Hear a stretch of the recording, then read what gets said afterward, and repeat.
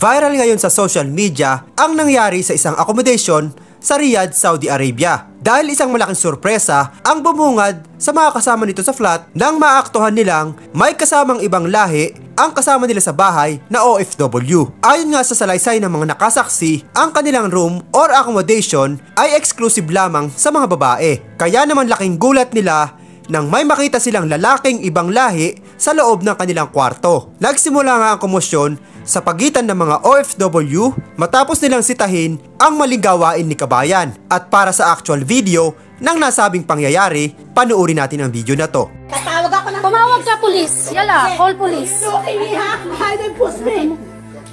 Ako ba sinaktan niya? Nakikipag-usap ako mayos? Sino? Ibang lahi yan. She first. Sinaktan niya si Berna, kinakausap lang. Sinaktan niya? Oh? Nakiusap ako sa'yo. Ate Cora, Diba pinaalis? Yan ang hirap. Ate Cora, halika muna. Kasi nakiusap ako. Hindi, ba't kasi nananakit? Nananakit ka kasi. Huwag kang magbidyo-bidyo kasi. Ako! Sige na, tama na. Nananakit ka. Nakikipag-usap ako, tinulak niya ako. Tamo dumudugo yung ano, nakikipag-usap ng maayos. Sabi ko Kumakas na ako sa trabaho. Mainit, nananakit siya. Wala lang yan. Tama na nga ay mag-usap kayo. Di ba sabi ko sa'yo mag-usap kayo? Huwag niya kausapin to. Huwag niyang anuhan yung... Wala ka kasi sinabi na. Iba yung kasama mo. Nahiya naman kayo kay Kuya Mon, uy. Huwag mo kasi kailangan buhay ko. Hindi ko pinapakailangan ang buhay mo. Wala kang kailangan. Pero iba yan. Bago yan. Hindi alam mo sa bahay. Uy, hindi. Sinaktan mo ako? Nakipag-usap. Huwag mo kong duduruin. Ay, sabukan mo. Sabukan mo. Sabukan mo kung batuhin. Stop. Pinipigilan kita. Nitong nakaraang araw nga lamang ay nag-live si Kabong Concha at isang kababayan natin sa Riyadh, Saudi Arabia ang nag-share ng isang insidente na nangyari sa kanilang accommodation. At detalyadong isinalaysay nga ni Kabayan kung ano ang nangyari nung mga oras na iyon. At narito nga ang buong panayam ni Kabong Concha sa nasabing kabayan. Meron po nangyari sa isang accommodation sa Riyadh. Kausap ko po ngayon ang ilang Pilipina na may nangyari sa kanilang accommodation. Meron pong ilang mga OFW nakatira sa isang tatawag nilang accommodation na natsempuan o pag-uwi nila sa kanila accommodation, tsempuan nila yung kasama nilang babae. Nasa accommodation, may kasamang ibang lahi. Isko. Nagulat sila na nandoon sa loob ng bahay ang ibang lahi. Kaya nagkaroon ng komosyon, nagkagulo, hanggang sa tumakbo na yung babae kasama ang ibang lahi dahil nga magkatawag na ng pulis sana. Pero sa nangyari ay may nangyari nga na yung natakot yung babae. Pero bago nangyari yon, gumawa ng eksena yung babae at sinaktan yung iba doon nung sandali na yon. Alamin po natin sa kabayan natin, ate, magandang umaga po sa inyo dyan. Anong oras na ganyan dyan sa Saudi? Dito po sa Saudi, ano po siya, sir, mga 12:30 po ng madaling araw, sir. Nasaan kayo galing nun? Galing po kaming duty po, sir. No, nagkasundo po kami ng mga kasamahan ko na mag-day off. Okay. Ngayon po, without knowing po na pagpasok po namin sa bahay, kasi may kanya-kanya po kaming susi, naabutan po na isang kasama po namin na patay po, naka-dim light po. Okay. Ay, naka-dim light. Madilim lang. Opo. Ngayon po, sir, kinausap siya nung kaibigan namin na mahinaon. Alam mo naman na bawal na walang may ibang lahi. Bakit ganyan? Nag-hysterical na po siya, sir. Wala kang pakialam. Sabi niya, wala sa buhay ko. Kaligayahan ko to. Sabi niya, sir, oo, kami pakialam sa kaligayahan mo. Pero ibang lahi yan. Bawal ka magdala dito dahil puro tayo babae. Tama. Yan po. Ngayon po, nung pumunta po ako sa kwarto ng kaibigan ko para pagsabihan sila na wag maingay kasi may mga kapitbahay din na may mga kapitbahay kami na pagod din sa trabaho. Binuksan ko po yung ilaw. Sir, na-shock ako na nandun yung may lalaki po pala. Totoo po pala yung sabi sa siya ng lalaki. Okay. Ngayon po, minira niya po yung kaibigan. Wala naman pong kaalam-alam na pinagsasabihan lang siya. nagpambuno po sila. Duguan po yung kaibigan ko. Tapos po ako, sir, kinuha ko yung cellphone para mabidyohan. Binuksan ko yung ilaw para mabidyohan ko si lalaki, sir, para may ebidence. Ang lalaki, nakita ko sa video, malaking lalaki yun Sir, master po, kung di po ako nagkakamali, yung tao na yun. Tapos po, nakita niyo naman po yung sinend kong video sa inyo. Diba po? Grabe siya, kabastos. Kita mo OFW.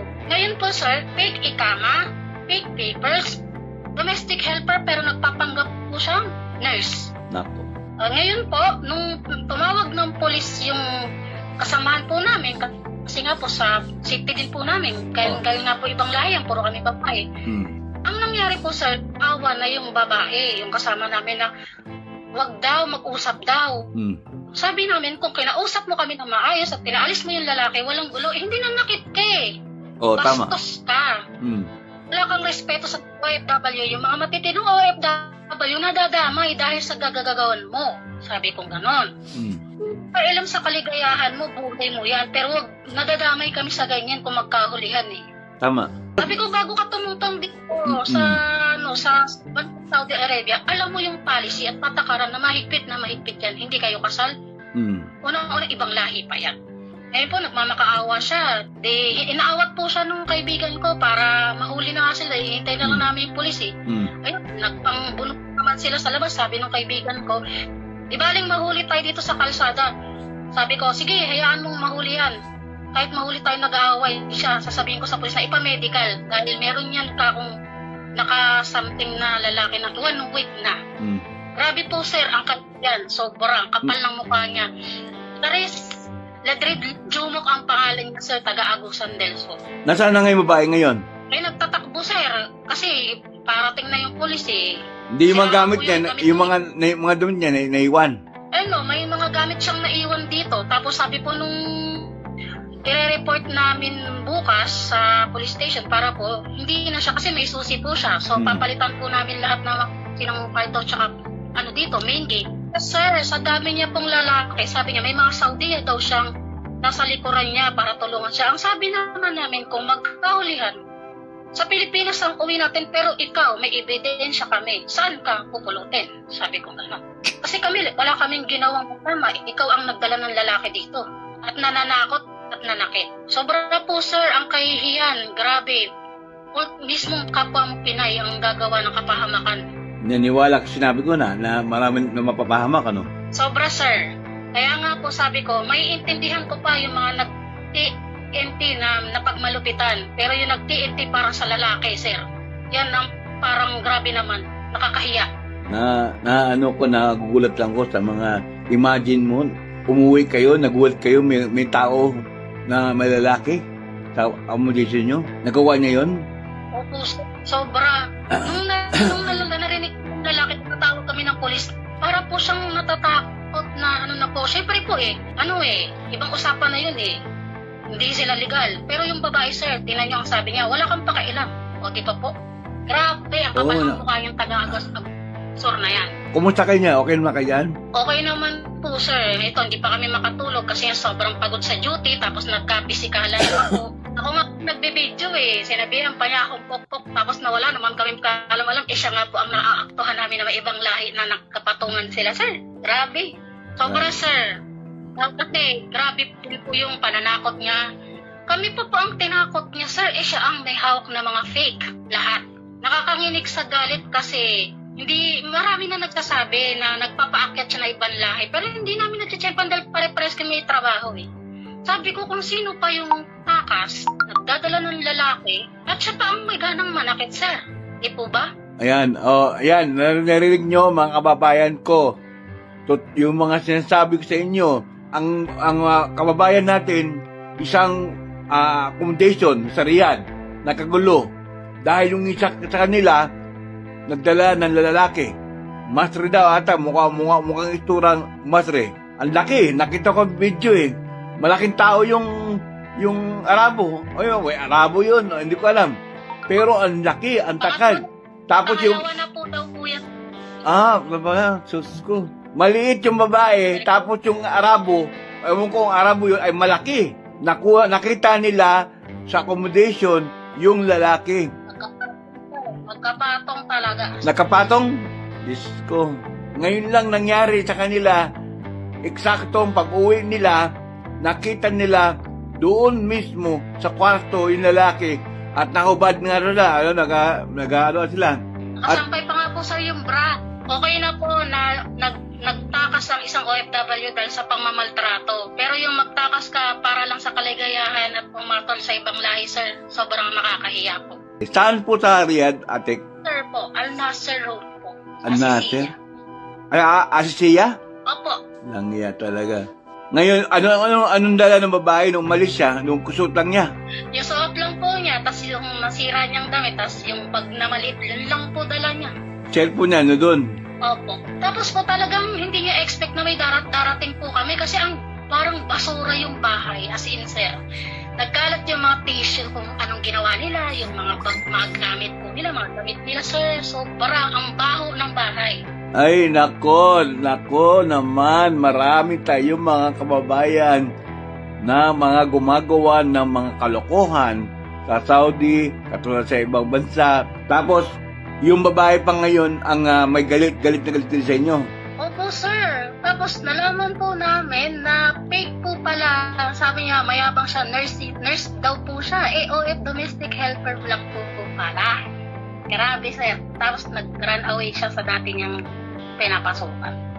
Sinin na po yung mga details. Kaya nga, nakita ko lahat. Opo, hindi po kung may hawak lang pong cellphone yung isang kasama ko nung pagpasok ng kwarto, kuha niya po eh. Kaso, nagpambuno na sila. Ako na lang po yung kumuha ng cellphone. Pinuksan ko po yung ilaw. Lahat kami nagulat na, alam namin, siya lang ang tao. Sabihin na natin, walang tao. Pero dalawa sila sa grabe.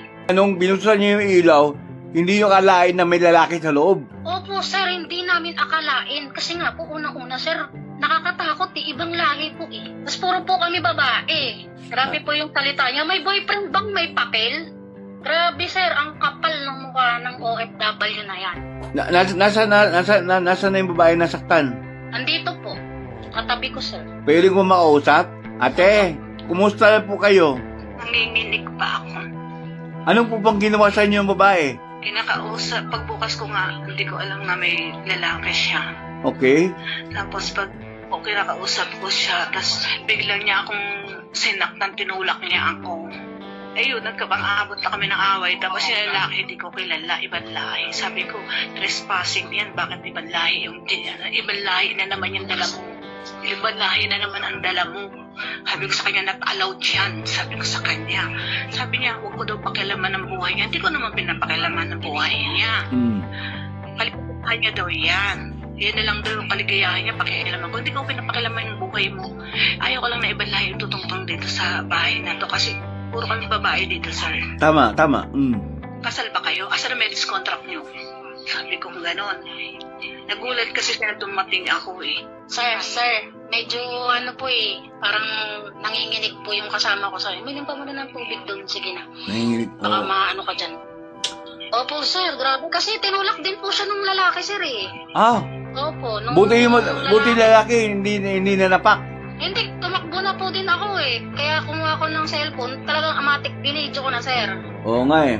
Nakita ko lahat eh. Yung pagwawalan ng babae. Opo, bukod pa yun. Di ba po, ang tapang po niya dyan sa first page, second page niya yan. Nung narinig niya tumawag ng naglulumuhod po siya, nakikiusap. Sabi namin, hindi.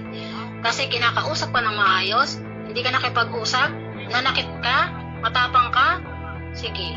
May mga kababayan po pala talaga na kaya kang ipahamak dahil sa kaligayahan niya. Kaya bigla ko po kayong naisip na message na para aware po na tama po lahat ang payo nyo sa mga OFW na may mga pasaway na nadadamay ang matitino. Tamang-tama po kayo, sir. Grabe. Kaya salot po ako lagi. Nanonood po ako sa inyo po para may aral po. Hindi po namin akalain.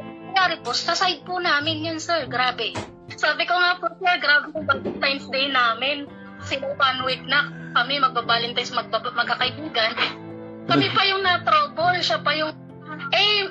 babatuhin pa nga po ako nung sabi ko nga, sir, kung nabato niya ako nung babatoy niya, magkakalagwan na po talaga eh. Hindi po ako papayag na sasaktan niya po ako eh. Kasi magdidilim po paningin ko, baka ano po magawa.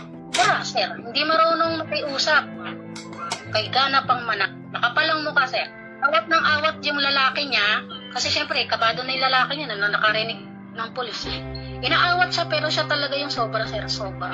Marunong mag-English yung Arabo? Naghabulan pa sir sa baba. Naghabulan pa sa baba yung... Ngayon, hindi ko nakunan yung plate number ng sasakyan ng lalaki kasi nga po, wala akong tsinelas, wala akong abaya. Nagpapambuno sila sa labas, di baling maabutan ng pulis. Nagpambuno sa labas? Opo, kasi nga po, ayaw namin paalisin para dumating na yung pulis, mahuli na siya, mahuli sila. Kasi sir, peke lahat ng hawak niya sir eh. Sabi ko kung sino pa yung ganyang klaseng tao, siya pa yung matapang. Grabe, sobra. Marami daw siyang Saudi sa likod niya at aalalay sa kanya. Pero nung nakarinig ng pulis, parang tatakbo silang dalawa. Palitan nyo lang yung susi niyan para hindi na makapasok. Papalitan na po, tapos po i-report po bukas nung pinaka-head po namin. I-report po sila sa police station. Tsaka po papakita po yung video. Tsaka po yung real name ng babae. Kasi nanatakot po siya.